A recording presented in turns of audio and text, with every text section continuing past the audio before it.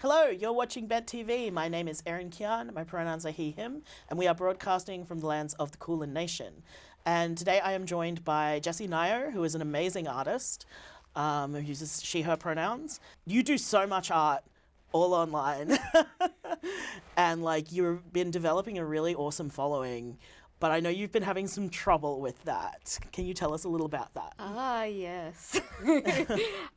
11 years ago when I went to art school, I kind of went, oh yeah, the conventional institutions of art aren't for me. I can't remember the statistics, but cis male artists still make most of the money, inhabit most of the gallery space. I remember being told my art was a bit too emotional and a bit scary. Wow. God forbid art be emotional. I know. I was expressing my feelings. What? How dare you? I know, it's absurd. And I grew up on the internet, so I thought, yeah, this is where I'm going to go. This is where I'm going to make my audiences.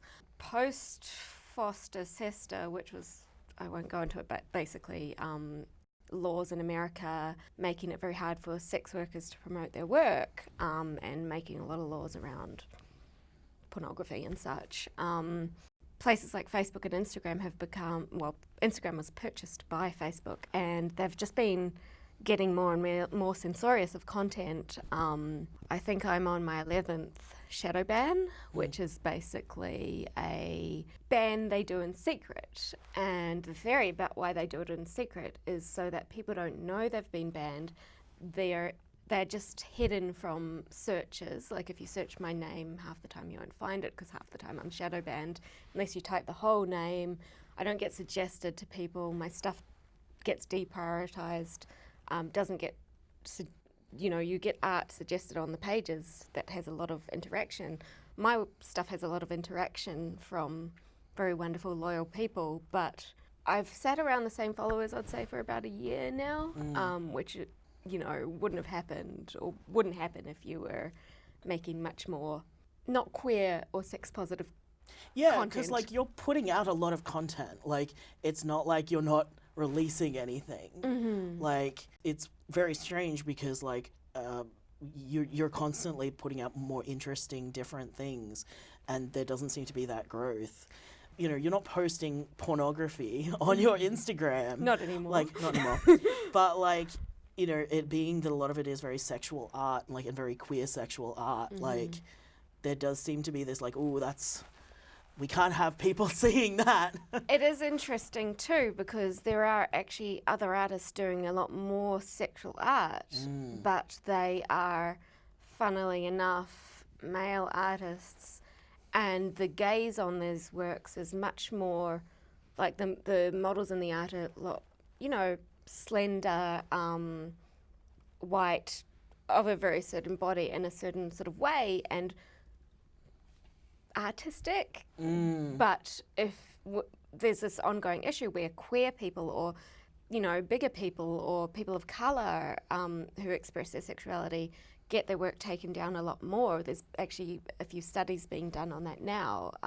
But, you just have to inhabit these worlds to see it. Yeah, and also the part of the problem is that there's not really anywhere else for you to go, is there? No, I'm actually seriously considering at this point moving my art to a tube site and just becoming a performance artist on actual porn, because that is, in a way, the freest place, but those platforms are profoundly problematic in a lot of ways that I feel uncomfortable with. Tumblr's gone. Tumblr's been completely censored.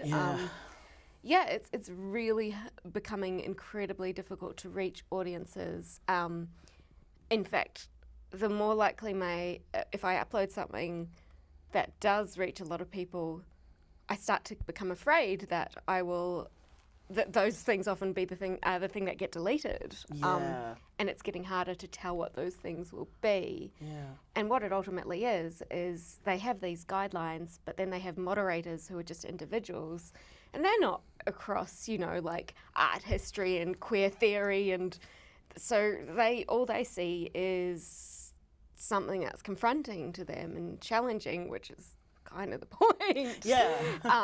But I think it's no coincidence that these artists these male artists have 40,000 followers, and then people such as myself, it can be very easy for people to go, oh, you're just crying because you don't have a lot of followers. But a lot of people who I follow who do have much larger followings have often had their accounts just randomly deleted, and this is their living, and their work is often very soft, like just burlesque artists and stuff, nothing that breaks the guidelines. And sometimes they just get permanently deleted and lose their account. Yeah, gosh. And their source of income. It's scary. What do you think we can do as consumers that are using these platforms? Obviously, we can't stop it, but what can we do to try and help work around it? You can do things such as sharing the content of the people you love, linking to their work, spreading the word organically, because the algorithms aren't on our side. So doing a bit more footwork, commenting on their work as well, sort of boosting it more naturally. Something I heard recently, which I really like, is go to the Instagram app, give it a 1-star rating and rate why. Because if enough people did that, there would have to be a response. Yeah. Money speaks. Yeah. Numbers speak. There's this big movement right now, sort of people saying, sluts made Instagram. And I believe that as a self-identified slut. Yeah. And so they're actually shooting themselves in the foot, like Tumblr when they took away porn. Yeah, that was such a weird move. Yeah, they used to be worth billions, millions, and some big number. Well, yeah, because it sold to Yahoo for like $1 billion, and then recently got resold for like $100 million. Yeah. Like, the loss was huge. Absurd, and they think it's because they took away porn. Is there any other way we can support, like, are there maybe any organisations that are working on this stuff, or? There's a lot of sex work organisations, so supporting sex work organisations is a great start. I would start with Lips Zine. Yep. Because they're lips_zine on Instagram. They talk a lot, and they talk linked to various other resources. So that's a good point of contact. Where can people go to find your work? Instagram, Ngaio, so that's JNGAIO, or my website, jngaio.com, which I have actually got one of my partners to host on a cloud with a specific intent that I'm going to start putting content there that I can't put anywhere else. Excellent. Yes. So there's at least one way forward for some of that content for you at least. Thank you so much for talking about this. This kind of censorship is a real issue that we don't know a lot about at this point. So the more we can learn about it, I think the better. So thank you so much for coming to talk about it. Thank you. And you're watching Vent TV. My name is Erin Kyan, and thank you very much for watching.